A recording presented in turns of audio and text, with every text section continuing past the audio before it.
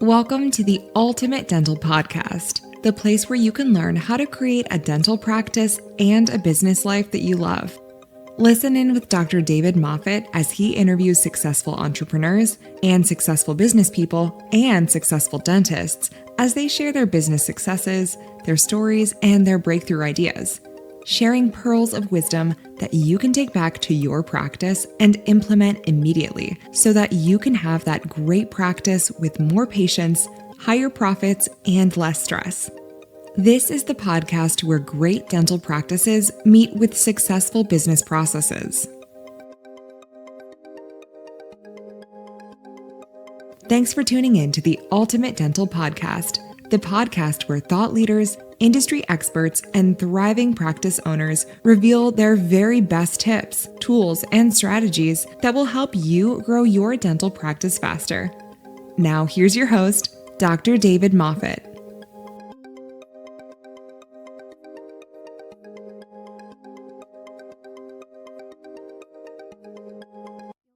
Hi, everybody, and welcome to today's episode of the Ultimate Dental Podcast. I'm your host, Dr. David Moffet. It is Friday morning down here, 8:30 in Burrowang in New South Wales, which for those of you who are regulars, you know where it is, but those of you who don't, it's a couple of hours southwest of Sydney, Australia. And it gives me great pleasure to be talking to Shawn Zajas, who is in Phoenix, in the United States, where it is Thursday afternoon. And Shawn and I have spoken before. I've been a guest on his podcast. And Shawn, welcome to the Ultimate Dental Podcast studio. Good to see you. It is great to be here. Should I be referring to you as Dr. Moffet or David? You can call me David. It's when I was young, I used to like my patients to call me Dr. Moffet because it made me sound more professional than I was. And I used to do that with how I dressed. When I was young, I used to wear a tie to make myself look older. But when I got to 40, I dispensed with the tie. I used to have a coat, a white coat that had buttoned up to the breastbone and then was open so they could see my tie.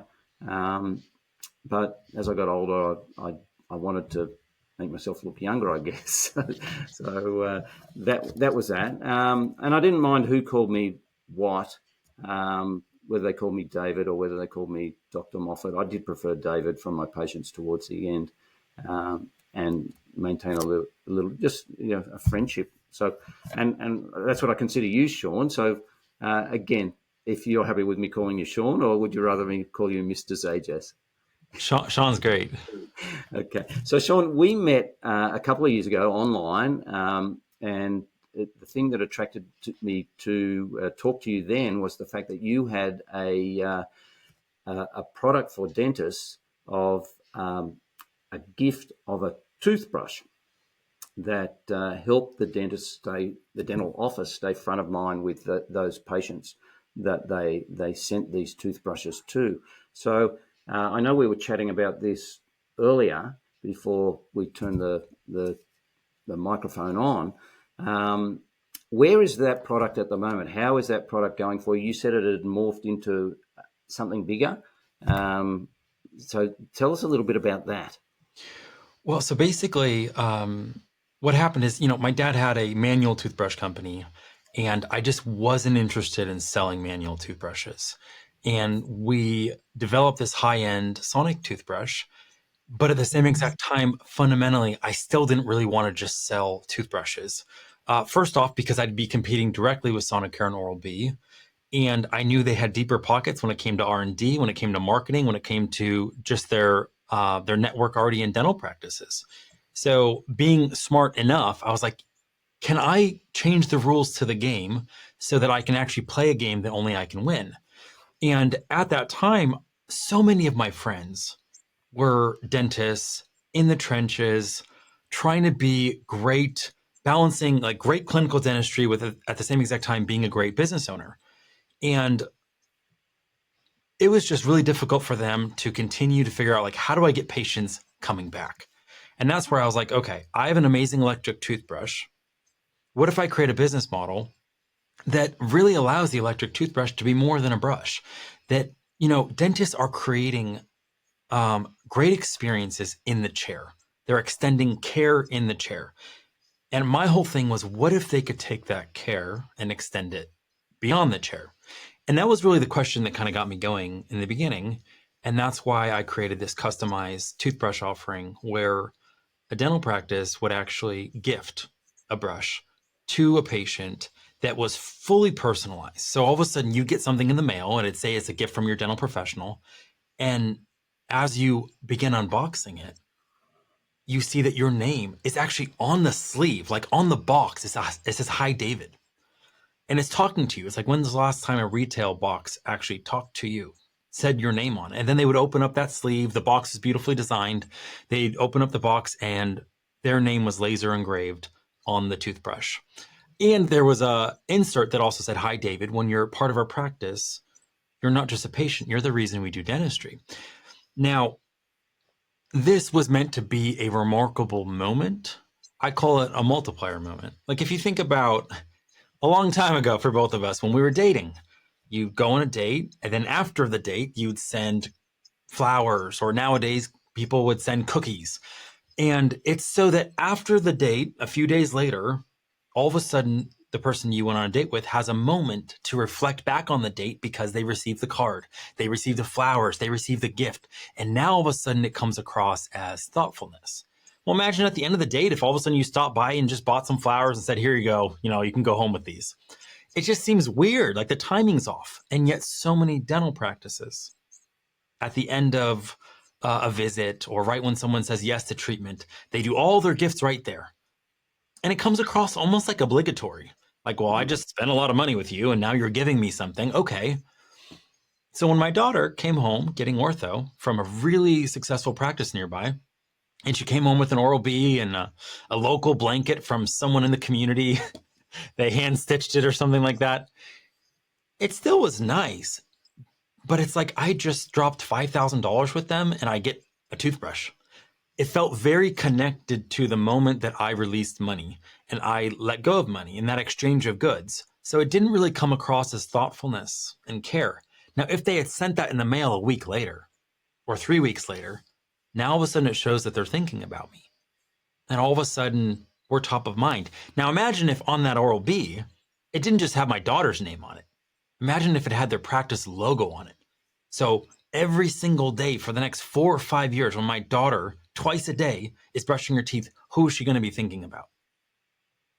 But they didn't, so they missed out on that opportunity. So Zana, and the whole point of Zana at that time was just to make a practice look like a hero to their patients. But one of the problems we kept running into, David, was that practices didn't know what to put on the insert. You see, it was this custom insert. They could put whatever they wanted on it, and they could have a QR code. And the QR code, I was like, hey, all it needs to do is take the patient to a landing page of yours where you just took out your cell phone and just record a little video about what's unique about your practice, about the reason you do dentistry, what gets you up out of bed, why is it that you have been practicing for 15 years, what's your inspiration? And over again, I realized that dentists had no idea how to actually brand their practice. Now, that's problematic, and it's going to be problematic in these upcoming years, David, because you're probably aware AI has absolutely proliferated, whether you have ChatGPT or DeepSeek or the new one Manus or Claude or Perplexity. All of these LLMs, these large language models, what they're doing is they're proliferating knowledge, and knowledge is now becoming democratized, which means it's easier than ever to create content. But if people are leveraging these services to create content and it doesn't have a brand, it doesn't have a heart, it doesn't have a soul, all that's getting created is noise. And there's nothing fundamentally different. So you have, I just feel like dentists are missing it because they're trying to do what everyone else is doing, trying to figure out how to be different, but they don't realize that what's truly different about them is actually their story, is actually their perspective, is what makes them unique. And that's actually what I help dentists do now. I help them actually brand their practice and their own influence based off of what's authentic to them. I call it their authentic influence and it's based off their authentic brilliance, which I have a framework for. But I know I've thrown a lot of stuff at you, so I thought I'd just kind of. It's really good you said that, Shawn, because that was one of the things that I never did in my office for that exact same reason. Here's your $300 toothbrush every time you come in for your checkup and clean, and you're only giving them something that they've already got at home anyway, and then a mini toothpaste which they know you've got as a sample for free. So it's not even a re-gift. You're giving away something that you got for free. In fact, I go to 2 dentists now down here. I go every because I want to, and neither of them. It happened because my regular dentist down here, his hygienist, his dental hygienist, were all on maternity leave and never came back. He had a pregnancy virus in his practice, and so I was out to yearly. So I then contacted another office where somebody who used to work for me works, and she's so popular that if you miss an appointment, it's 6 months down the track that before you go back. So I was seeing her on months 3 and 9, and him on months 6 and 12.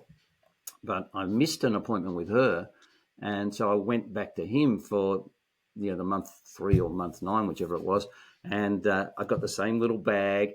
And then 3 months later, I got the same little bag, and I looked in my office and went to put it in the spot because I don't need. I've got an electric toothbrush, and I thought I'm accumulating these bags, these $300 bags, and so we never did that because you're right. It giving a gift giving a small, insignificant gift at a time when somebody's spending a significant amount of money, and in your case, $5,000 for a toothbrush, it's sleazy.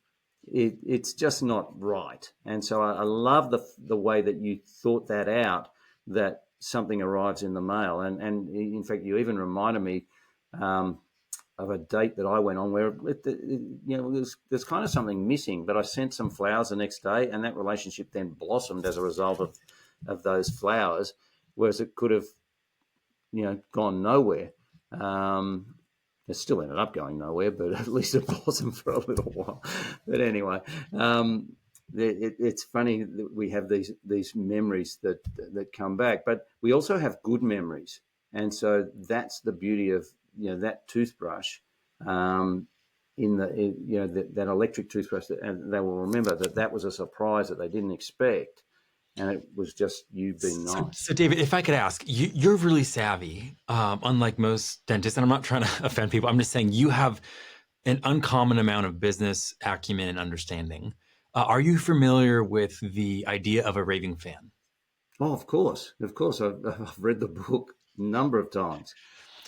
So the interesting thing is, what I found out when I've looked into dentists and how they spend their marketing budgets, what they do is they spend almost indiscriminately to attract new patients that they know zero about. They don't know anything about them, but they spend month after month after month to get new patients in the door, where they have a lot of data. It's called relational data on patients that keep coming back. Patients that the front desk talks to, that maybe these patients are charming. Maybe the patients go above and beyond to really let you know, I like you, I appreciate you, I know, like, and trust you. You actually have relational data. And yet, dentists don't spend their marketing budgets investing in those patients that could be raving fans if only they got acknowledged, if only they got activated. I'm an ideal raving fan for any service that I participate in. And all that individual needs to do is go a little bit above and beyond to see me, to connect with me, and do something that's slightly uncommon. And all of a sudden, I will not shut up and I'll tell the world about them. So my question is, how many raving fans are in dentists' patient base right now that are undetected? And they keep spending more money trying to attract new patients that they have no data on when they're ignoring the patients that already know, like, and trust them, but they're not leveraging it. It's infinite, because that's how bad dentists are at relationships. And I hate to I hate to categorize people as a dentist or a typical dentist as who they are, but the profession does have characteristics. And what you'll find, Shawn, as you know, dealing with the dental profession, that there are people who aren't cast in the same mold. And that's what I would consider myself. I learnt my customer service skills while I was at dental school. I had to fund my own way through dental school. And I used to work, in fourth and fifth year, I was working 5 nights a week in a local services club, as a barman, as a drink waiter, as a glass collector. But I learnt that the way to get more tips was to give great service and to be personable with the people and remember who they were and remember what their drink was and remember something about them. And so it was taking those things and then using those in dentistry. Often I'd get a patient lying in the chair and they'd start getting out of the chair to see if there was a note on the bracket that had all this information, because it was just in here, my memory of who they were and what they did and what they liked and what their activities were. And those things are what build the relationship. And not only do they become raving fans, those patients, but if ever something goes amiss in their scheduling or their treatment, they're very accepting that it was an honest mistake as well. Whereas people you don't have a relationship with will get ratty about the tiniest little thing. And so you're right. It's crazy having all these great patients over here that you ignore that are leaving because they feel like they're not being valued. Just appreciated. Like, it's simple. They're taken for granted. And you're always attracting new patients who you then have to spend time to build a relationship with. It's a waste of time. These people will buy at the drop of a hat. In fact, I remember one regular patient after I left my office, and she followed me to my friend's place where I worked for a few years before I retired. And I said to her, we've got some decay down here. I said, I think we're probably going to need to do a crown on this tooth. And I remember she was literally agreeing while I still had the mirror and probe in her mouth. She said, yeah, let's do it. And I go, that is what it's all about. It's they trust, like, and accept what you're going to do. Last story, and I'm taking over your interview, but when I retired from my practice, because I'd sold it and worked in it for 7 years, I remember one of my patients was out at the reception desk with my wife, and my wife said she'd like to talk to you. And so she'd finished with me, but I wasn't telling people I was going. I was leaving that for Jane to do that. And she said, look, I just wanted to thank you for looking after me for the last, I think it was 14 years. And I said, but you were Ken's patient before that. She was a patient of my next door neighbour, and I'd bought his practice 14 years before. And she was actually a patient of his father before that. And I said, you were Ken's patient before that. And she goes, oh, him? She said, he never cared about me. He just used to say, open up. And then an hour later, he'd say, good, that's it. See you next time. That was all. You guys are interested in my gardening and what I do. And she said, I love coming to see you guys. So she internally raved. She wasn't a good referrer, but she was a great regular who accepted treatment and trusted and enjoyed the relationship that we provided. Just that visit was enough. And it's the keeping of those patients, which is the important thing as well. And so, you again, in the dental industry, someone like you is really an enigma, because there's not many people like you dealing in dentistry who understand that it's about the relationship and not about the product. Because when it's about the product, it's not an experience, it's a commodity. And then it comes down to price. But when it's about experience, it's about the care, people will pay a little bit more because they trust, love, and like you. Now, back to 100%. And then that's why the listeners, if there's one thing they can understand, it's that, like, their superpower is the ability to get other individuals, obviously their patients, to know, like, and trust them. And that's the central activity for any company that wants to succeed and be sustainable. It's not simply, can I keep generating more leads and closing them?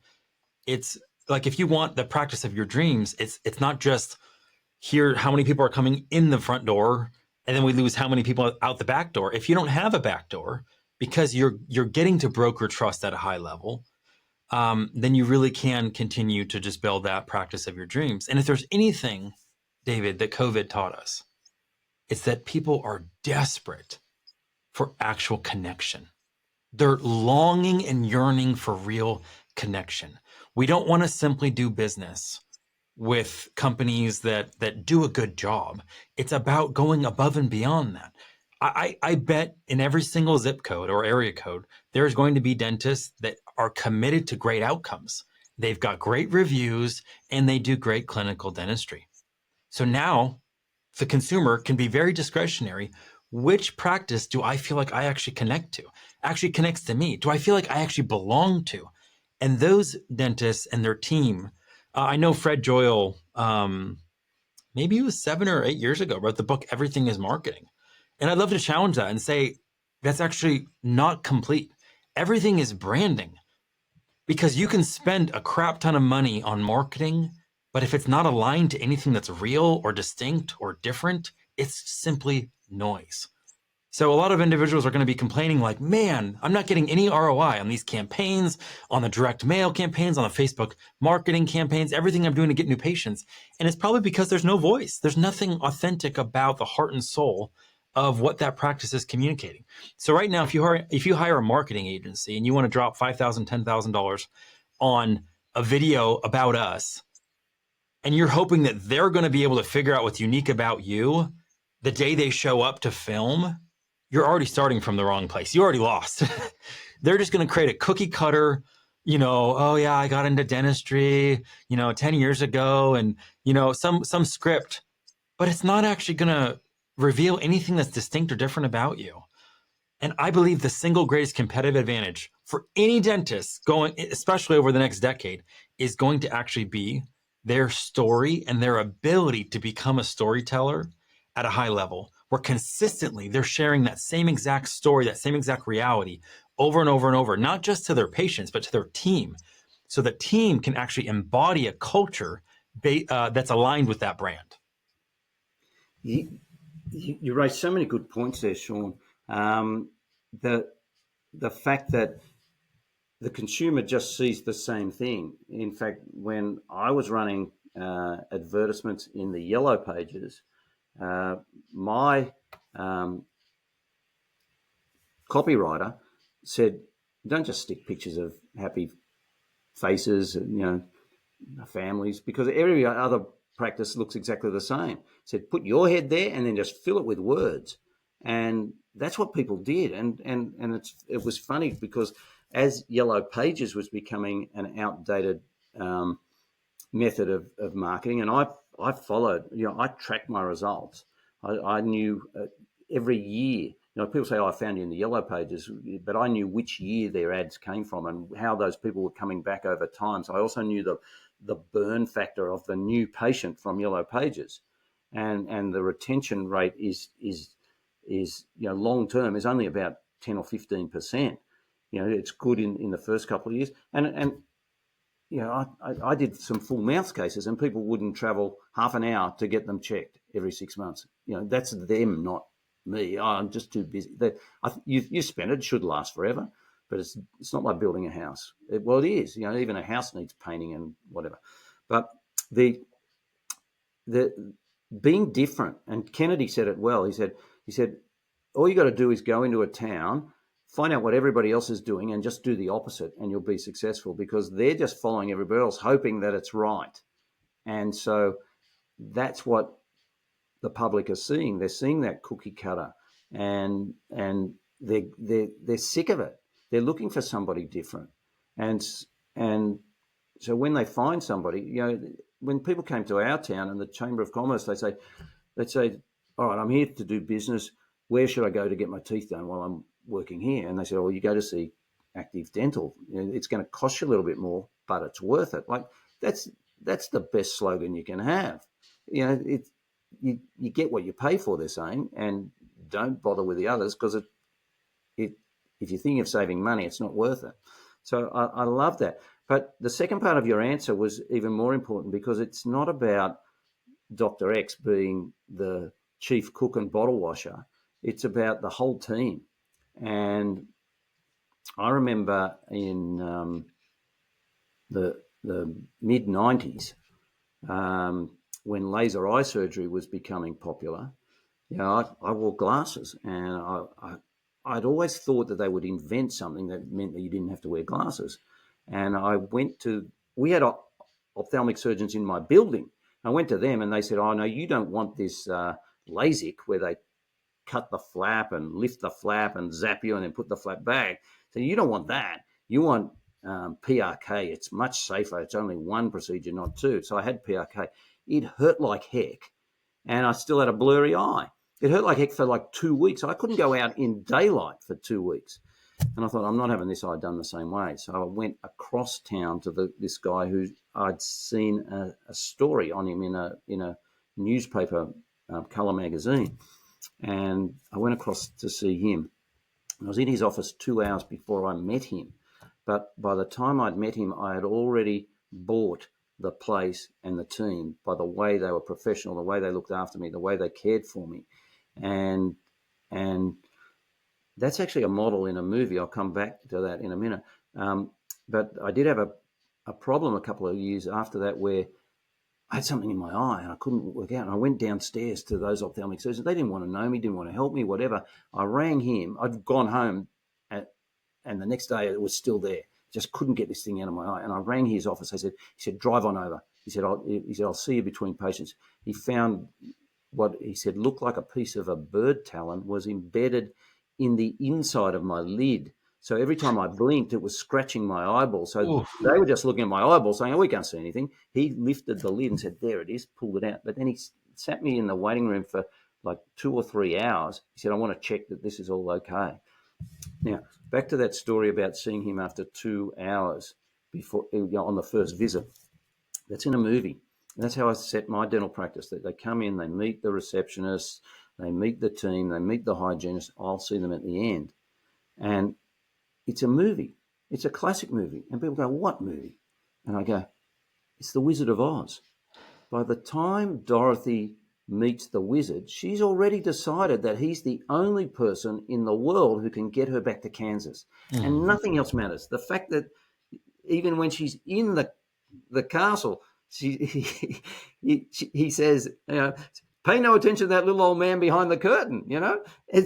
She's just so focused that the journey is the important thing, the trust that she built in her image of who he was. And so that's what I wanted to do with, and Howard Ferran says it really well. Don't be the almighty, "I'm the dentist, you've got to pay attention to me." Build your team so that you just become the icing on the cake, and you're not the whole cake, because you can't be everything. You can't be greeting them. You can't be doing, that's a waste of your time, valuable time. But train people to do a better job than you in greeting and talking and connecting. And so huddles in dental offices, and this is another one, Shawn, a huddle in a dental office, in our office, was all about who's coming in and what's their secret information that we've gleaned about, what have they been up to in the last 6 months? What have they been up to since we last saw them? How was that wedding that their daughter was having, the graduation that their son had, that holiday that they had since they were last in? And ask those questions, not about, "How's that tooth going? Are you in any pain? What are we doing for you today?" Those are dumb questions. But ask them, "How was that movie you went to see last week? How's that dinner party you had?" Connect with them on a personal level, and that's what we want. And so that's what you've done with that toothbrush. That's the really important part of the whole lot. Well, I also just want to give dentists permission to actually practice on their terms. Now, let me just kind of unpack that a little bit. So much of, one of my podcasts, The Authentic Dentist, and then some of my work, which is Authentic Influence and Authentic Brilliance. The reason why it's using this word authentic, it can sound like a buzzword. It could sound like it's kind of just, I don't know, like a feel-good word, but lacks any sort of essence. And it couldn't be further from the truth. So let me kind of give a story that kind of illustrates this. Sales is something that's wildly important to any business, right? The ability to do sales, to sell, it has such a bad stigma to it. And when I first got into business and I was working with my dad, he was pretty savvy, and he's like, Shawn, if you really want to make a lot of money, do sales for me, because you can, your earning potential is limitless. But yet he didn't have to pay me a lot to start off with, right? It was very much linked to my performance. And there was nothing in me, David, that could figure out how to overcome the way I was wired to actually do cold calling and even closing. There are certain aspects of sales that no matter how much I tried, my wiring to preserve myself was so strong. It's like I would rather be poor, almost homeless, disappoint my wife than somehow face the rejection of getting on a cold call or pitching something and trying to close somebody and them saying no. But it was an essential thing I needed to do, right? So like networking, I didn't like. Sales, I didn't like. Now, the second I realized I had permission to do business my way, all I did was just do a little bit of a reframe. You know what I love doing, David? I love honoring people. Truly, truly, truly. I love seeing what's unique about someone else, what their strengths are, and actually just calling it out and honoring them. Because I had a brother and sister that were 13 months older than me, and they were rock stars. And my parents somehow convinced me that I was still special, even though my brother was the prom king, started on varsity as a freshman. My sister and brother were both models, straight A's. Even though they were near perfect, I somehow found a way to come alongside them and root for them and celebrate them and not feel like I was less than. Now, how this connects with sales is that the second I stepped in to starting conversations to discover what was unique about people, to discover what was stopping them, what was keeping them back from being their authentic selves, me just honoring someone and finding out about them, I could open up conversations like that all day long and have endless energy, versus the opposite, which was doing sales the traditional way, which you couldn't make me do it. And that's just doing business my way. The end result was the same. I was still connecting with people at a high level. I was building trust. I was getting people to know, like, and trust me, but doing it on my terms. So when I'm saying, hey, branding yourself in a way that's authentic, it's not simply your tagline. It's not simply your messaging. It's not simply your voice. It's the way you actually approach business. Like, I want to give dentists permission to actually engineer, architect, blueprint, craft the way they interact in their practice in a way that's aligned with what's special about them, their own wiring. So they're not actually having to perform. Going back to the dating analogy, there was a certain type of a way to charm a girl, right? There was a certain way to I don't know, play the game so that they would like you more. And my brother taught me how to do it. He taught me how to play the game with the best of them. But when I was in college and I was really serious about getting married, I realized if I followed the rules and if I played the game and got someone to like me or love me based off of my persona, which was contrived and heavily performance-based, I would have to perform every day of my life after that, because that's who they were falling in love with. But if I could find a way to have the courage to simply actually be who I was, sure, the best version of it, but just own who I was and just like represent that. If my future wife was going to fall in love with that, I wouldn't have to perform a day in my life. And that's pretty much kind of like the foundation that led me to believe it's the same exact options we have in business. We're just all told this is how you have to do it. And you know what? As a dentist, you're a high performer. You know how to perform. So if you show up in your practice and you just roll up your sleeves and you're like, I'm just going to be a high performer and I'm going to play the role of what I think a good dentist needs to be, do you wonder why there's such high rates of burnout in dentistry?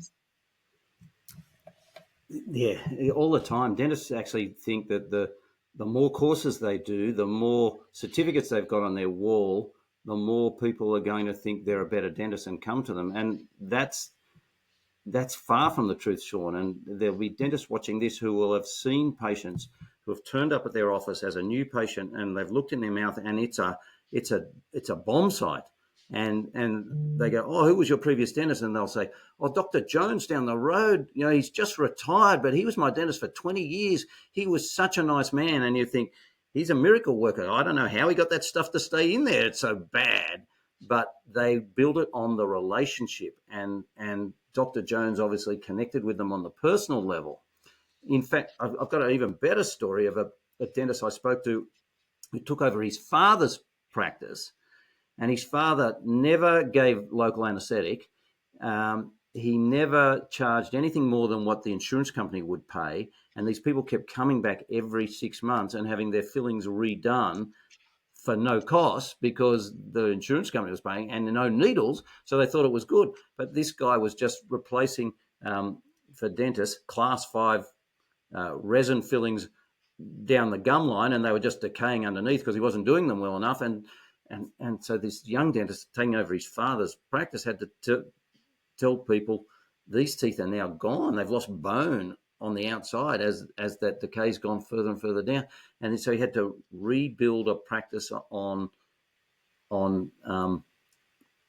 better skills and better dentistry that his father had never created, which was really, really scary for him. But he did it, and he did it well. So, but David, you're a great example, because I don't remember specifics, but when I interviewed you, time and time again, I realized, wow, every single time you came into a decision point, you chose, this is how I can do it because this is how I want to treat my patients. This is how I want to treat my team. This is how I want to have my practice. And you almost like already gave yourself permission to be an original. And that's why so much of the results you got, they were so disproportionately different than other people in the market around you, because you weren't playing according to their rules. You were playing according to your rules, and it gave you a massive advantage. So I think you're just actually a beautiful example, an archetype of someone that bet on themselves, gave themselves permission to be an original, and actually do dentistry differently. Thank you, Shawn. That sums me up beautifully.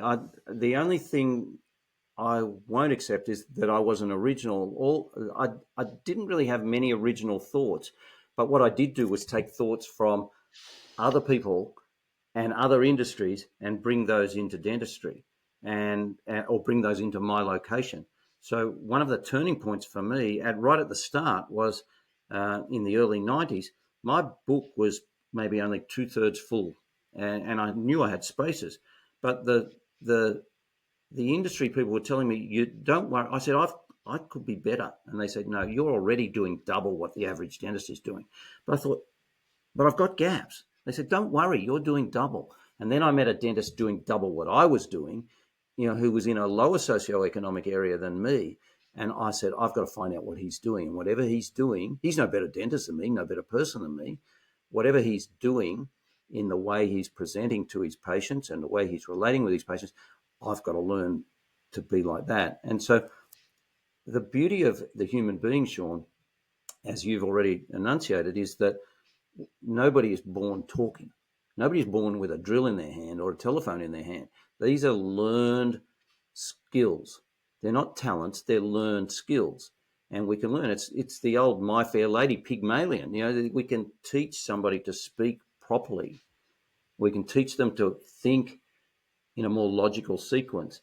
Is there a better way of saying things to get the same message across, but with a better result? And that was what we did. We re-engineered everything we did in our practice so that it was from the patient's perspective, not from our perspective. And so if something took longer because we did it manually rather than digitally, but the patient benefited from that manual process because they heard a conversation, they heard something said in a specific way, then that was going to benefit our business and benefit our patients because they were going to get better care, or they were going to stay with us longer because of their perception that we were looking after them better, which we were. Whereas digitally, sometimes it's like production line, pay at the end. And just we engineered everything. We listened to, how do we say this on the phone? Could we be saying that better, in a better way, with a better message, with a kinder message? Somebody arrives early, our receptionist was saying, "Oh, you're early." And we figured out that, and then they come down to the treatment room and say, oh, Mrs. Smith's here for her 10 o'clock appointment. And she knows she's early. So Mrs. Brown in the chair goes, she knows she's early. Like, what's that saying? She knows she's stupid for coming in early? How can we say it better? So we said, so we'd say, oh, thanks for coming in early. I'll just go and let Dr. Moffat know. Because when patients come in early, sometimes that helps us run ahead of time, which is even better for our whole office.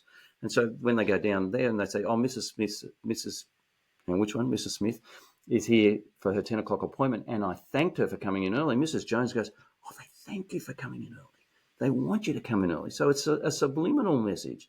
Again, everything that we said in our office had to be engineered for a purpose of building a relationship and building trust, and not just talk about stuff that you can't change. You can't change the weather. You can talk about the weather to a farmer, but to somebody in suburbia, you can't change it. Time, people say, I can't believe how fast the year's gone. Guess what? I'm a scientist. Time moves at a constant. It's the same speed. The only thing you can say is that in March, every fourth year, you can say, this year seems to be going slower than last year because you've got an extra day. But other than that, it's the same. So cut those out. If somebody says, I can't believe how fast this year's gone, you just say, sounds like you've been busy. What have you been up to? So it's straight onto them and about them, not about two people talking fluff about time. So again, purpose. That's beautifully expressed. And it gets to just the humanity of things, which is, it's so interesting. Gallup did a study and they released that book, It's the Manager, I want to say 8 or 10 years ago. And it was this huge, the largest study on management. And the conclusion was something like this.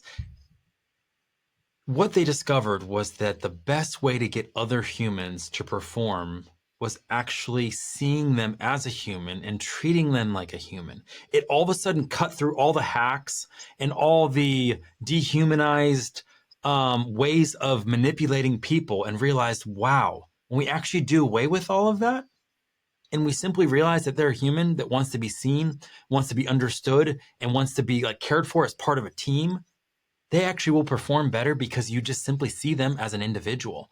And I think we just need to rehumanize dentistry, because I kind of have a hypothesis here, and that is that the heart of dentistry was really vibrant and alive 25, 30 years ago. And then what happened is with the rise of DSOs understood that the reason why, when culturally, if you think of when DSOs hit the market, everything was going from mass market Kmart's to like bespoke, unique, small coffee, like the trend was actually going the opposite way when DSOs went from all of a sudden showed a corporate expression in dentistry. And the only reason why they were able to succeed is because of the fact that the systems and the processes that mom and pop, solopreneurs had was so lacking. So all of a sudden, now independent owned practices are realizing, okay, we need to up our systems, we need to up our processes, and we need to play at a higher level in order to compete with these corporate DSOs. The problem is they missed what was actually the most unique about them, and that was their heart. That was their soul. That was what was unique about them. So right now, if you're a solopreneur in dentistry, and maybe you're a small group practice, and you're thinking what's going to set you apart is simply the fact that you have great first-rate systems and processes, that's awesome. But if you're investing money now in photo shoots, investing money now in videos, investing money in social media, in having a website, but none of that is connected to a brand, there is no heart. There is no soul. So it's empty. And that's why I think dentists have to be really, really terrified by what's happening with these large language models, with AI, because still the way to play the long game, if you want to be known, is to be some sort of key person of influence, someone that's known in your community or nationwide as some sort of an expert. Like you've identified, hey, look, I'm leading, I'm pioneering in dentistry.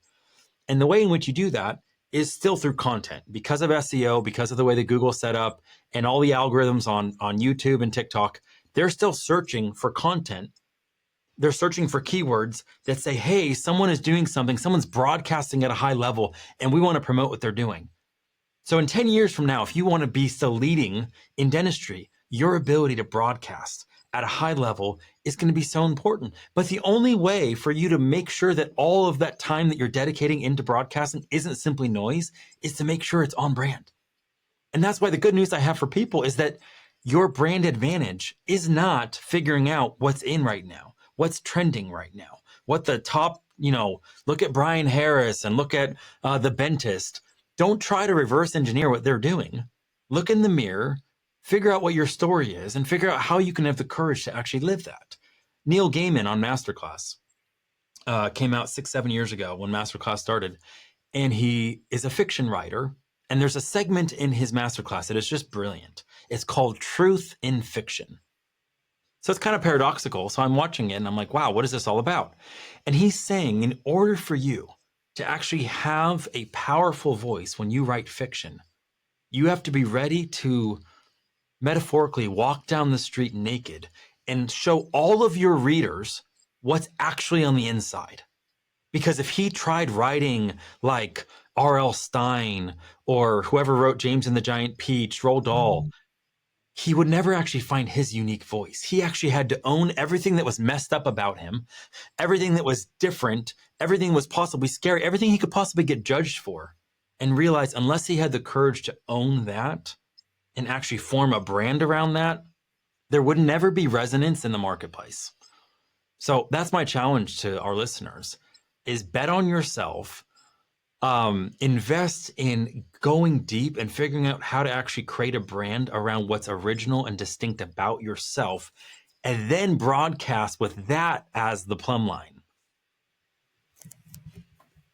It's it's exactly what I mentioned before, that dentists and the public have this perception that all dentists are cast from the same mold, and though they're not, they tend to conform to that mold.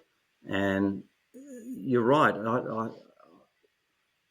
When I bought my office in 1987, and then in the early 90s, one of our insurers down here, two of our insurers down here, decided they were going to set up their own clinics, which was pre-DSO, and there were 40 dentists in my town, and they were all worried that they were going to take all our patients because these people were going to get their dentistry for their as a benefit of being a member of these insurance companies.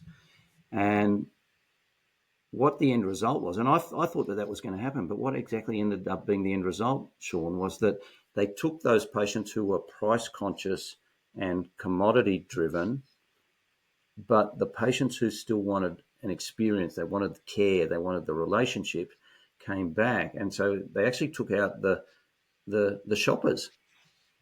And so my focusing on who was left and marketing to that top, what I call the top 20% of the population, allowed me to build a much better office for myself and a much better office for my patients and for my team. So I kind of, sometimes we don't know which road to take, and sometimes the road is forced upon us, but that road ends up being the road that we then make work for us. And that's what happened in that situation. I don't know what would have been like if I'd have, so put that in US terms, I'm not in network. I was never in network. I was never a preferred provider for a company, and again, going back to what we're saying right at the start, if we don't value our existing patients and we are seen to be offering new patients a lower price entry point than our existing patients are paying for a regular routine visit, we're just going to insult those existing patients. They're going to leave because we're seen to be chasing the new patient and not caring about the old patient. One of our TV companies down here, you could sign up with them for less than what you're paying as a subscription. But if you rang them and said, look, I'm a subscriber, can I have that lower rate? They say, no, you've got to actually quit and then come back. So backwards. So backwards. Getting the cart in front of the horse, it just doesn't work sometimes. But it's great that we can talk about this and the successes. the successes that we see out there, they're the disruptors. You know, the Ubers, the Amazons, the Starbucks, even.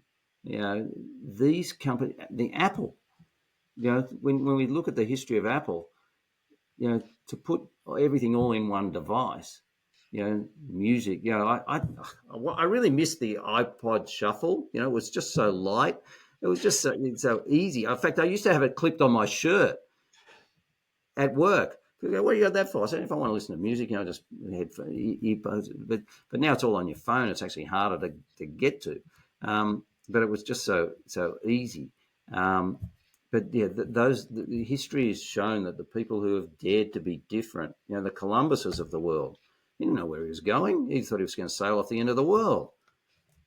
If it wasn't for him, we'd still all be in Spain or Italy. Where'd he come from? Italy. Well, and the thing is, the strategy that I just shared, it's not actually for dentists, like meaning it's actually just for influencers and entrepreneurs that want to stand out and have success. 99% of dentists are never going to do what I just said, but the top 1% will. And they're going to differentiate themselves and set themselves apart and still be incredibly relevant and on the forefront, where it's not just about getting rich, it's about actually becoming wealthy and stewarding that wealth for influence in a decade. Because 99% of the dentists are going to listen and go, man, there's lots of strange words he's throwing around with brands, and the concept of a brand is really amorphous. And I don't know, betting on myself, that just sounds kind of crazy, and truth and fiction. And I have to be able to have the courage to, I just want to be able to see patients and, you know, just kind of stay being maybe a little conservative, following what people are saying in my Facebook groups and making money at the end of the day. And that's going to be fine. But there are going to be certain dentists that probably are more cut from the cloth that you are, that like you have a book, you have a great brand of UDP. You have now this podcast, like you have been this pioneering out of the box dentist that is so generous with saying, hey, look, I might have screwed up in certain ways, but I figured out a lot of the things right. And the ways in which I figure stuff out right, I just want to help you. And that's been my story.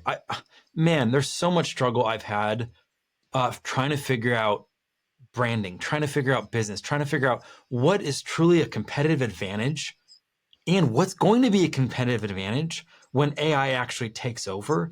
And that's the thing. AI can emulate things. I had AI 3 years ago write a love letter to my wife. And I basically said, this is who my wife is. We have 5 kids. She homeschools.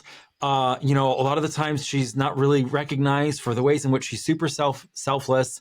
And, you know, she's given up and I said, just write something that acknowledges her and makes her feel seen. I sent it to her. And oh my gosh, the points that I scored until I told her it was from AI. And then she was so mad because she couldn't tell. It was that humanized, and it used that such empathy to such a degree. And this was 3 years ago, David, that it is almost like better at being human than humans are, because we've again gone too much on the productization, the monetization, the systematizing of things, that we've dehumanized each other and not realized, like, man, it's simple to listen to someone, to see them, to acknowledge them.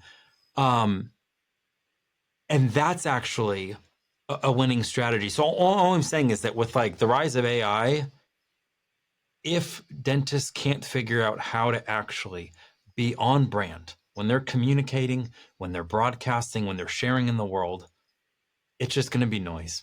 And noise just gets ignored. It's commoditized. You have to somehow find a way to be different and be an original. Yeah, I think as you're saying this, Shawn, I'm looking back at different things that I've done in my dental career, and certainly the originality has always been there. That, you know, at different points that I've taken a punt on myself, I've taken a risk on myself that this is the way to go, and it has worked out. I sold. It's common knowledge that I sold my practice to the first roll up in dentistry in Australia, but I knew that corporatization was going to come, But I also knew that I couldn't sell my practice and get the money for it if I sold it to another dentist, because there was nobody else out there who could do what I did, and would pay for it. And anyone who could do what I did would do it on their own and just build it themselves. So my practice was unsellable except to a corporate who then kept me on. And so I had a friend who was a doctor that I played golf with, and he had the same experience 7 or 8 years before. And he said when they put the number in front of him, he said he got his pen out and signed within a heartbeat, because it was a bigger amount than he would ever have thought was possible. And so I just knew that and hoped that day would come in my dental career. And so when the call came, when I took this call, I thought, why is this guy calling me? And it was, but I'd had word that there was a rumbling in the industry that something was happening. And so when this guy called, I said, yeah, I'll meet with you. And the number was just huge. And ultimately, at the end of it, people say, oh, you sold out to the profession. You sold out. No, I sold for my family, because I had a story where a friend of mine had passed away at the age of 58 from a cerebral aneurysm at lunchtime in his own practice, in his office.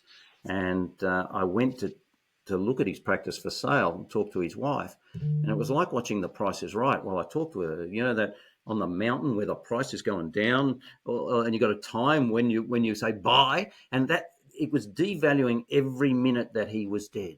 And I thought, I can't put my wife through that sort of thing. No. I've got to get that money out, and the family's got to own that money. And that's why I sold in my, how old was I? I was younger than 50. And it was 12 years earlier than I thought I needed to, but I knew opportunity only comes once. And, we all still remember, Xerox as the first copier, Biro as the first pen. These are brands that we remember. And it ended up being right. These guys did capture the market of that top 1%. They collected the top 1% of dental practices and put them all together. And it was exciting. But, I guess it's having the foresight to understand that this can happen and be in front of the wave rather than trying to paddle and catch the wave after it goes by. And so, and the other thing, Shawn, that I didn't know that it was going to happen to me was that I was going to end up with arthritis, which would cut through my clinical career. So, after I sold and then worked on in my office and then left, when the second owner came in, who I didn't like, I went and worked with a friend, but I got arthritis in my hands. I'd already had my shoulder replaced, but I got it in my hands, and so it prevented me from doing things as quickly and as efficiently as I had previously done. And that was actually caused by a colleague he said, did you ever think that you're wearing rubber gloves that was doing this? I said, well, how do you mean? He said, well, it's like wrapping your hand in a TheraBand. Every time you move your fingers, you're pushing against that TheraBand, trying to stretch out. You're just constantly, whereas I thought I never thought of that. But so that cut short my clinical career. But as we all do as young people, we think our bodies will last forever and should last forever. We should be able to see without glasses forever. We should be able to run and walk as fast as we can and swim as fast as we have forever. It doesn't happen. Age does weary us, and the years do condemn us. And so we've got to be realistic about our futures. And so that's been the important thing. Shawn, as I mentioned to you before, the timer has been covered over in my Riverside. I'm figuring we're getting close to the. I think 57 minutes. It says. Is that? Oh, you can see it. I can't. There you go. Well, I wrote down that we had been talking at 8:37, and it's now 9:32. So yeah, I'm a couple of minutes behind. Shawn, it's great to talk to you. As in previous instances when I was on your podcast, we could talk for hours and just really, it's information for dentists to think there is a better way. Am I up to it? It's every dentist can do it if they wish to learn those skills. And I'll go back to golf. And Nick Faldo who was already a world champion, had won a couple of majors, and then decided to hire a new coach because he knew that his swing wouldn't cope under the ultimate pressure. And he wanted to develop a swing that was so mechanical. And he did. But it took him a couple of years to rebuild that swing. And then he went on to win more majors as a result. And so anybody can do these things. I can't run as fast as Usain Bolt. That's impossible. But I can learn the business skills to run a successful business. And that's just a use of knowledge and manpower and systems, as we talked about, to create that image and that business that is relatable to our consumers. And that's why people lined up overnight to buy iPhones, which were so expensive, because it was all about creating a brand and an image and a relationship with the company. Shawn, great to chat with you. Thank you. Okay, I have a free gift, though. I have a free gift for your listeners. I was just going to ask that. How do people get in touch? How do people get in touch with you so that they can continue the conversation? So what's the best way? And that free gift, I'll put that in the end notes as well. Okay, so you can email me at Shawn, SHAWN, at myzana.com. Or you can find me on Facebook if you want. So the gift is, I think a lot of people struggle. How do I actually figure out how to form my authentic voice or this brand authentically? And that's where I have a downloadable that if you just go to ShawnZajas.com, that's SHAWN, you can download this free guide and it'll help get you on the right path. So David, I'm sharing with you first, no one else knows this, but Zana transitioned from a product company to now an influencer agency. That's actually called the Beyond Agency. And I know this is going out in a few weeks, and in a few weeks, I'll probably start letting other people know, but your people get to find out first that it's now an influencer agency. So it's not just for dentists, but it's for anyone that wants to elevate their influence. So whether it's their influence personally, if dentists are wanting to speak and become more known individually, or whether it's the influence of their practice, that's exactly what my agency helps with. So Shawn, there's a definite need for that in dentistry. Dentistry is too conservative in the way it thinks and the way it responds, and so the ones who think quicker and respond quicker are the ones who seize the day, seize the opportunity and get the results. And it's always about being seen as an influencer and seen as a successful disruptor. We still call ride shares, we still call them Ubers, even though there's Lyft and all the other sorts. So it's all about that disrupting, and you certainly are one who thinks outside the square.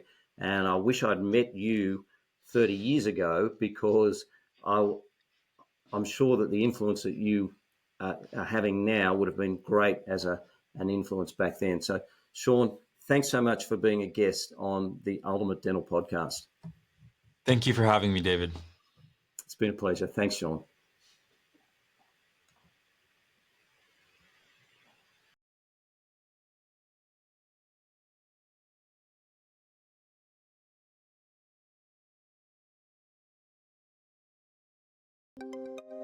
Thank you for tuning in to another inspiring episode of the Ultimate Dental Podcast. We appreciate each and every one of you for being a part of our dental community and joining us each week on this incredible journey. If you found value in today's episode and you don't want to miss out on future episodes packed with expert insights and actionable strategies, here's how you can stay connected with us. Firstly, hit that subscribe button. Whether you're listening on your favorite podcast platform or watching on our website, subscribing ensures you'll never miss an episode. Secondly, share the love. If you know a fellow dentist or colleague who could benefit from the wisdom and knowledge that we share here, please share our podcast with them. Also, please share the podcast on your socials by simply clicking on the social icons wherever you view or listen to this podcast. Together, we can all do our bit to elevate the dental profession. And finally, stay engaged with us. We love hearing from you. Your questions, comments, and feedback fuel our mission to provide the best content for your professional growth, your personal growth, and for your practice growth. Remember, your journey to creating a dental practice and a business life that you love is our mission, and we're excited to be your trusted guide along the way. Thank you for being a part of the Ultimate Dental Podcast. Until next time, keep smiling, keep striving, and keep on tuning in to the Ultimate Dental Podcast.